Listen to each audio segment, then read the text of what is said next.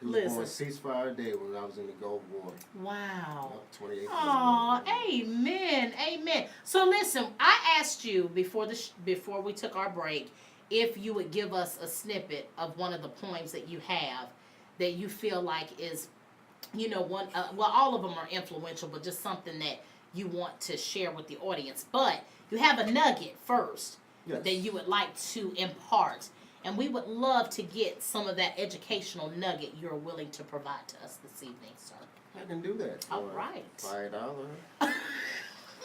You asked for a lot of $5. I'm up to $25 now. Stop asking for stuff. If I keep asking, it means my demands aren't being met. Black economics. Okay, I build know my that's own right. Black Wall Street. Right. Okay. Be the black, I'm with you. Black Wall Alley. I'm with you. I like anything that requires us to grow and make money. That's right. Okay. $5. Okay. Okay, I'm going to read this one. There's so many, but I'm just trying to keep it sweet. This one is called Together. Okay, but before I don't want you to forget. Do you remember your nugget, or is your nugget part Oh, yes, of this? I remember that. Okay, I just want to make sure. Oh, I got them all. Good. Good. I'm a genius. Yes, sir. Yes, sir. So you want me to do this now? Yes. You want the nuggets, the McNuggets first, or the fries in the shake? Well, me, I prefer the beef burger right away. Go right ahead, sir. Okay. Go right ahead. Right. And can I snap? Oh, no. I'm not doing the African style. You gotta snap after. Yeah. Okay, this one is entitled Together, a Time Capsule Letter to My People. Yesterday, we sang, danced, and laughed in ceremony together. Today, we were kidnapped and taken from West Africa, wrangled with rusted metal shackles wrapped around wrists and ankles, ending up being enslaved together. We traveled aboard a slave ship for 3 months, enduring seasickness, scorching heat, battered feet, sweat-drenched stench. Watched our people succumb to death, then witnessed them get thrown over slave ship decks together. In 1619, we landed in Jamestown, North Carolina, lined up and marched to be washed and applied with gunpowder, lemon juice, and palm oil together. Disinfected, re-inspected, then dressed to impress the audience to be sold like cattle together. Sold and told that our names have been changed from Albina and Kabbalah to nigger. We were employed on the same day as manual labor, daily work and daily place to stay, laboring for 10 to 18 hours a day, accumulating full baskets of cotton and rice without pay together. And when we tried to rest for just a sec, we received the scars of flagellation, receiving open skin rips from bullwhip tips together. Shared the same love and affection for our beautiful black women, but were eventually forced to share the beauty of her sacred nudity and the sexual intimacy that was ours exclusively with our slave masters together. Became part of the neo-animal sideshow displayed as subhuman monkey offsprings, jigaboo spear chuckers, and mentally deficient fools at human zoos used to accrue the white man's wealth, helping to enhance his self-value together. Resided in the same pissy, crime-ridden, roach and rat-infested housing projects and stood in line at local government offices to receive our allocated powdered milk, government cheese, food stamps, and welfare checks together. We witnessed the prevalence of police brutality, watching the mass exodus of ebony souls constantly leave their bodies, another unjust murder gone unpunished, chalking up another day of police corruption and injustice. Then we pumped up the volume to listen to the AM radio station to hear the Honorable Elijah Muhammad and Malcolm X speak complete separation of the races, and later hearing the Panthers call dishonest cops pigs to their faces. And we stood strong and tall, shouting, "Black is beautiful," now motivated to get our thing together. Today, many of our people are still culturally uneducated and separated, fighting a civil war against each other out of self-hatred, lying and cheating, causing distrust for each other.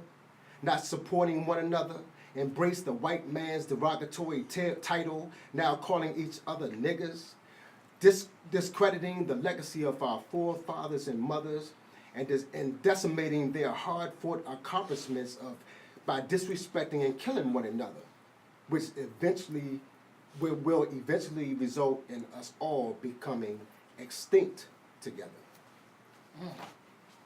Wow. All right, so Angela, that's when you... Clap your hands! Oh, yeah. See, when it's a poem, see, now that is real talk, and that comes from real data. That comes from history. That comes from what happened to us. Where do we go from here as a culture? That's what I was talking about, referring to earlier. You have to study, get educated, and then you have to pass the information off. The parents need to start doing things like, I can recall when Roots came on, the original Roots, when that came on, my parents had us sit down at the television and watch it together. There's so much information out here because the thing I was trying to put out earlier is this. You know, life is not difficult. People make it difficult. That's right. Because life is going to do what life is going to do. That's right. According to the ruling, principles of the universe. That's right. That's just going to happen. There's going to be life, then there's going to be death. We have no control over that. We have that limited amount of space in between to do something with it. So in all actuality, when it comes down to reality, if you when you die and someone writes a book about you, the only major two documents that they can put down on a piece of paper is your date of birth and the day in which you died. In between that, who writes that book? You are the author of your own book. So you have to be cognizant to ask yourself these questions. You have to stop time assassinating and sit alone and meditating to ask yourself these questions, because the more time you spend around other people, on the cell phones, on the computer, listening to music, that's a lot of time being taken away from your advancement. You stay distracted. So you have to. So I'll ask a person, when you pass, well, your story about what you've done with your life, it's going to be for the whole world to read about. That's right. Your dirty language, all your little things you've been doing behind closed doors, and it's quite sad.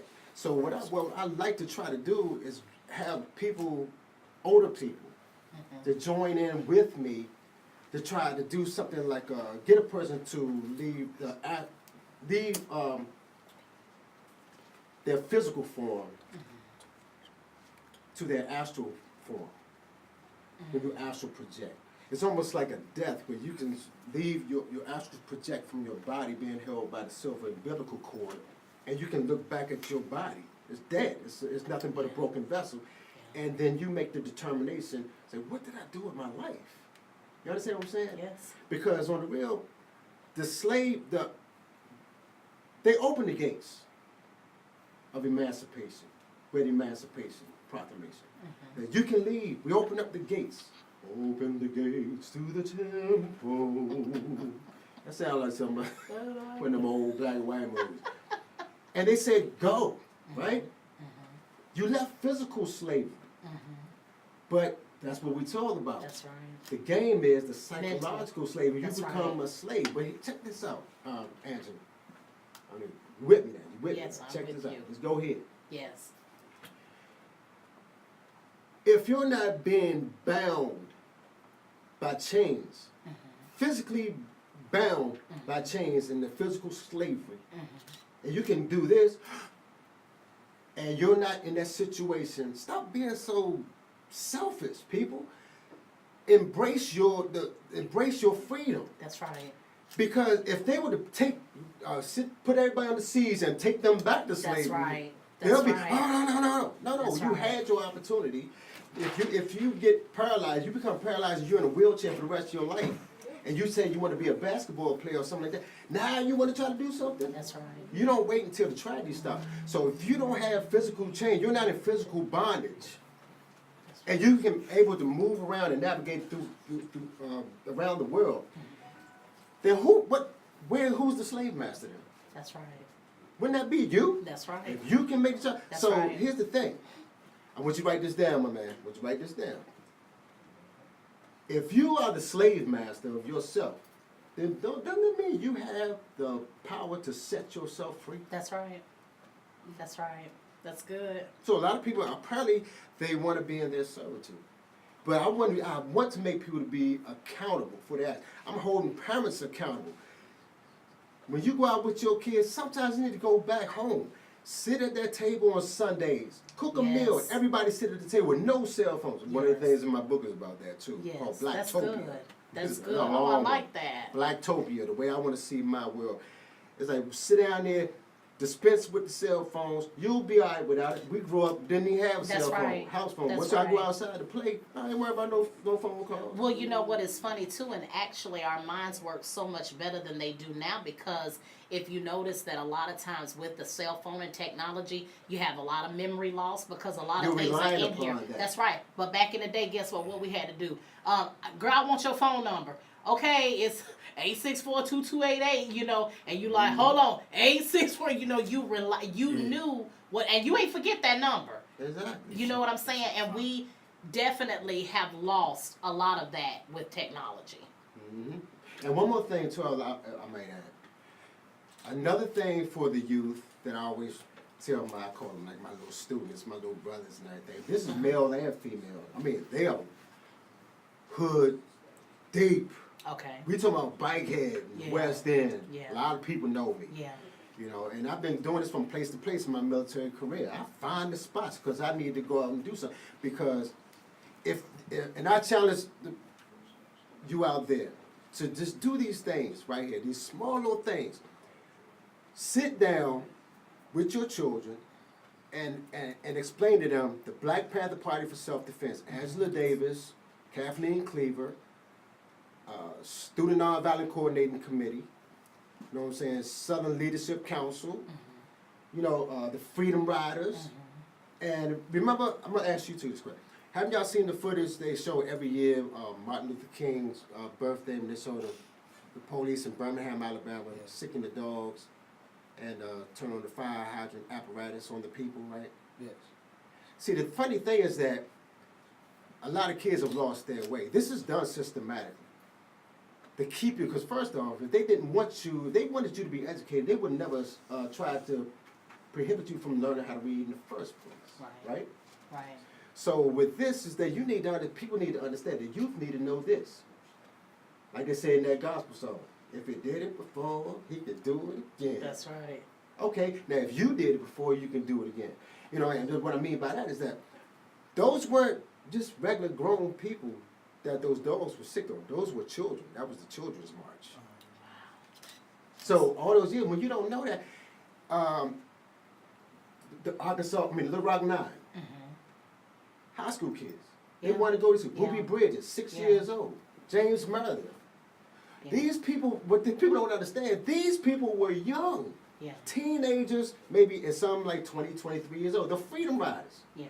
So, and these kids went at the 60th Street Baptist Church, they volunteered to go out there and get arrested to bring attention. Yes. That was the time. And you know why those kids acted that way? Because the adults were role models and they stood up on the platform. Yes. Martin Luther King and all these people, Stokely Carmichael, they stood up there and they spoke to the people. They galvanized them. Fred Hampton was the leader, was the chairman for the Black Panther Party in Chicago, Illinois. 21 years old, and he's galvanizing these people to do physical training at 6 in the morning. People 30, 40 years old and younger. Wow. They murdered him at 21. And his sidekick was Rush, Alderman Rush. He ended up being Alderman in Chicago, Bobby Rush. Wow. And he was a Black Panther. So the people need to understand these things. These people were young. Right. Young African Americans helped pave the way for a lot of these things that we enjoy today.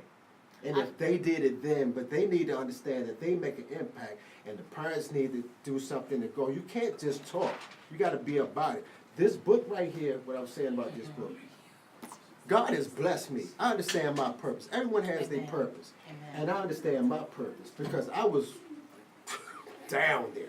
And real quick, I'm so sorry. I know we're running out of time. Real quick, tell them how they can contact you, buy the book, social media, whatever it is, to be able to support what you're doing. Okay, to get the book, you can go on www. The words over top of my forehead, over top of my head, are they right here? Like I see on TV? I don't have any words up here popping up as I speak. No, there's not. So just Oh, let okay, them know. not that, okay. Okay, it's at www.gods, G-O-D-Z, work, all together, godswork.net. I say again, www.gods, D-O-D-G, right? G-O-D-Z. I'm getting it wrong right there. G-O-D-Z. I'm just saying, make sure work. you pay it. I pay attention. Yes, sir. I got it. G-O-D-Z, godswork.net. And I can be contacted at 404-407-0461. And my email address is ssgbess@hotmail.com. To get the book online. The proceeds, I receive absolutely nothing for this because I have my street ministry that's been going on for years where I buy clothing, food, feed people on the streets independently by myself, sometimes 3 to 4 times a month. And this is what I do.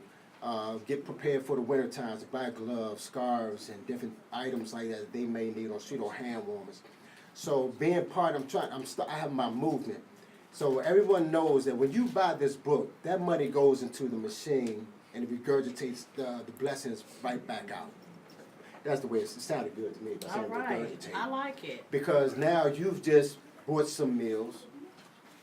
And because, like I said, for me to start off going to the military at 28 years of age, and all those years before I even got out of high school, you know, I've been blessed with a 21-year military career, and I'm doing very well for myself. All praises to God. So now it's like anything that God gives me, I'm supposed to give back. Amen. So Amen. you can be a part of that. Okay, and let me just say this. I will definitely put that on our social media. They know how to contact me, the Angela Foxworth Show page. We've got to get ready for our next show. We're actually out of time, guys. I'm so sorry, but Andre DeBest, thank you so much for being on the show.